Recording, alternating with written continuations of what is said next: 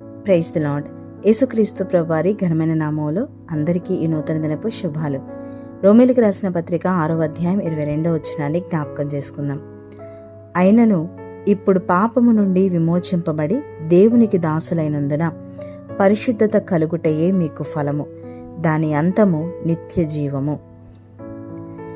ఈ మధ్యకాలంలో పరిశుభ్రత అనే మాట ఎక్కువగా వినబడుతుంది. ఇల్లూడ్చి మనం మూలను పోగు చేసుకోం కదా. ఒకవేళ అలా పోగు చేసుకుంటే రోజు రోజు అక్కడ మురికి పేరుకుపోయి మనం ఇల్లు ఎంత శుభ్రపరిచినా కూడా ఆ చెత్త మూలంగా రకరకాల వ్యాధులు రావడం మొదలవుతాయి. ఊడ్చిన చెత్త ఎలా అయితే బయట పారేస్తామో అలానే మన హృదయంలో ఉన్న చెత్త కూడా బయటకు వచ్చేయాలి. అప్పుడే మనం పరిశుద్ధులం అవుతాం. ఇక్కడ మనకి 2 మాటలు కనబడుతున్నాయి. ఒకటి పరిశుభ్రత, 2 పరిశుద్ధత. పరిశుభ్రత అనేది శరీరానికి సంబంధించింది, పరిశుద్ధత అనేది హృదయానికి సంబంధించిన విషయం. మనం ఈ 2 కలిగి ఉన్నవారం. అంటే లోపల హృదయము, పైన శరీరము. మనకి పరిశుభ్రత ఎంత అవసరమో పరిశుద్ధత అంతకన్నా ఎక్కువ అవసరం. దేవుడు మన నుండి కోరుకునేది కూడా పరిశుద్ధతే. ఆయన ఉద్దేశం, ఆయన ఆలోచన మన హృదయం అంతరంగంలో పరిశుద్ధతను మనం కలిగి ఉండాలి అని. ఆయన సంకల్పం కూడా మనకి ఎఫెసీయులకు రాసిన పత్రికలో కనబడుతుంది. తన ఎదుట పరిశుద్ధులమును నిర్దోషములై ఉండవలెనని జగత్తు పునాది వేయబడక మునిపే ప్రేమ చేత ఆయన క్రీస్తులో మనలను ఏర్పరచుకొనెను అని. దేవుని ఉద్దేశం, దేవుడు తన బిడ్డలమైన మనలను పరీక్షిస్తున్న సమయంలో మనలో ఒక్క నెగిటివ్ మార్క్, చిన్న మరక కూడా కనపడకూడదు అని. ఇది ఎప్పుడో వేసిన ప్రణాళిక. కానీ మనం మన జీవితంలో హృదయ పరిశుద్ధత కంటే శరీర పరిశుభ్రతకే ఎక్కువ ప్రాధాన్యత ఇస్తాం. శరీర పరిశుభ్రతే దేవునికి ఇష్టమైంది అన్నట్లుగా కూడా ప్రవర్తిస్తాం. యేసుక్రీస్తు ప్రభువారు అంటారు పరిసయ్యులతో, ఈ ప్రజలు పెదవులతో నన్ను ఘనపరచుదురు గాని వారి హృదయము నాకు దూరంగా ఉన్నది అని. నేను పరిశుభ్రంగా ఉంటున్నాను కనుక దేవునికి నేను ఇష్టమైన దాన్ని అనుకుంటున్నాం.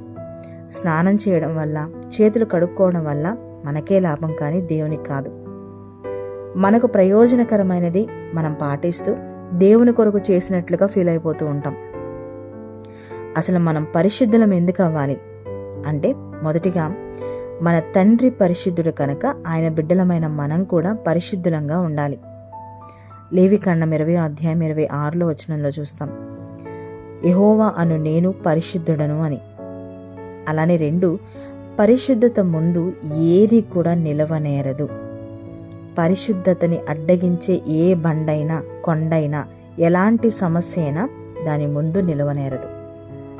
పరిశుద్ధంగా ఉంటే మనకి కలిగే ఇంకొక గొప్ప విషయం ఏంటంటే, దేవుడు ఇశ్రాయేలీల మధ్య ఎప్పుడు అద్భుతం చేయాలి అన్నా ముందుగా ప్రజలందరినీ పరిశుద్ధపరచమని మోషే గారితో, అలానే యెహోషువ గారితో కూడా చాలాసార్లు చెప్పారు. ఈరోజు మనం దేనికోసం ప్రార్థిస్తున్నామో, ఏ బలమైన అడ్డంకి తొలగిపోవాలి అనుకుంటున్నామో, ఏ ఆశ్చర్యకార్యం చూడాలి అనుకుంటున్నామో అది చూడాలి అంటే పరిశుద్ధత అవసరం. ఆఖరిగా దేవుడు తానే స్వయంగా మాట్లాడాలి, దర్శించాలి అనుకున్నప్పుడెల్లా కూడా ఇశ్రాయేలీయులను పరిశుద్ధపరచడం మనం చూస్తాం. దేవుని స్వరం వినాలి అని ఆశ చాలామందికి ఉంటుంది. ప్రతి ఒక్కళ్ళు ఇష్టపడతారు. కానీ పరిశుద్ధత లేకుండా దేవుని మనం చూడలేం అని వాక్యం సెలవిస్తుంది. కాబట్టి మనకి హృదయాంతరంగములో పరిశుద్ధత అనేది అవసరం. అదే దేవుని ఆశ కూడా. ఈ రోజుల్లో శరీర పరిశుభ్రతపై ఉన్న శ్రద్ధ ఆత్మ పరిశుద్ధతపై లేదు. హృదయాంతరంగంలో ఉన్న పాపం తొలగించడానికి తండ్రి అయిన దేవుడు యేసుక్రీస్తు ప్రభువారిని ఈ లోకంలోకి పంపింది, సిలువకి ఎక్కించింది, రక్తాన్ని చిందించింది కూడా మనం పరిశుద్ధంగా ఉండాలి అని. ఇంకా ఆయన ఏం కోరుకుంటున్నారో, ఆయన ఆలోచన ఏంటో తెలియక మనం భక్తి చేస్తే ఏమీ లాభం ఉండదు. కాబట్టి మన హృదయాన్ని ఆయన చేతిలో పెట్టి మనస్ఫూర్తిగా ఆ హృదయాన్ని కడుగు ప్రభువా అని అడిగితే చాలు. ఆయన పరిశుద్ధ రక్తం ఎప్పుడు సిద్ధంగానే ఉంది. హృదయపు పొరల లోతుల్లో దాగి ఉన్న పాపాన్ని కూడా కడిగివేస్తుంది. కానీ ఆలస్యం మన దగ్గరే ఉంది. దేవుని చేతిలో మన హృదయాన్ని పెట్టి ఆయనకిష్టమైన బిడ్డలుగా బ్రతుకుదాం. ప్రతి సమస్యను జయిద్దాం. అట్టి కృప దేవుడు మనందరికీ అనుగ్రహించునుగాక.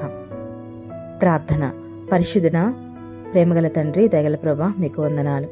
దేవా, మీరు మాకు ఇచ్చిన మరొక నూతన దినానికే వందనాలు. తండ్రి, వేవేల దూతలతో నిత్యము పరిశుద్ధుడు పరిశుద్ధుడు అని మహిమ పొందుకుంటున్న తండ్రి, అంతటి మహిమను విడిచిపెట్టి నా కోసం మా కోసం ఈ లోకానికి దిగివచ్చి మా హృదయాల్ని పరిశుద్ధపరిచి ఆ హృదయంలో నుండి వస్తున్న మహిమను పొందుకోవాలని నీ ఆశ తపన ఉంది గనక ప్రభా దేవా, అట్టి కృపను నాకు మాకందరికీ అనుగ్రహించండి.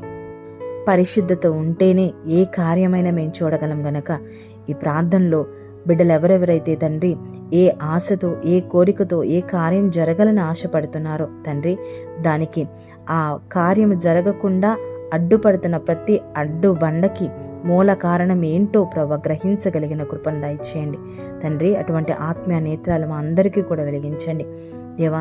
పరిశుద్ధత లేకుండా ఏ కార్యము జరగదు గనక దేవా, అక్కడ మేము పశ్చాత్తాపం కలిగి హృదయ శుద్ధి చేసుకోగలగడానికి సహాయం చేయండి దేవా. అందరూ కూడా హృదయాలు తెరిచి హృదయంలోకి నిన్ను ఆహ్వానించి దేవా, అందరూ కూడా నీ వైపు చూడగలగడానికి సహాయం చేయండి.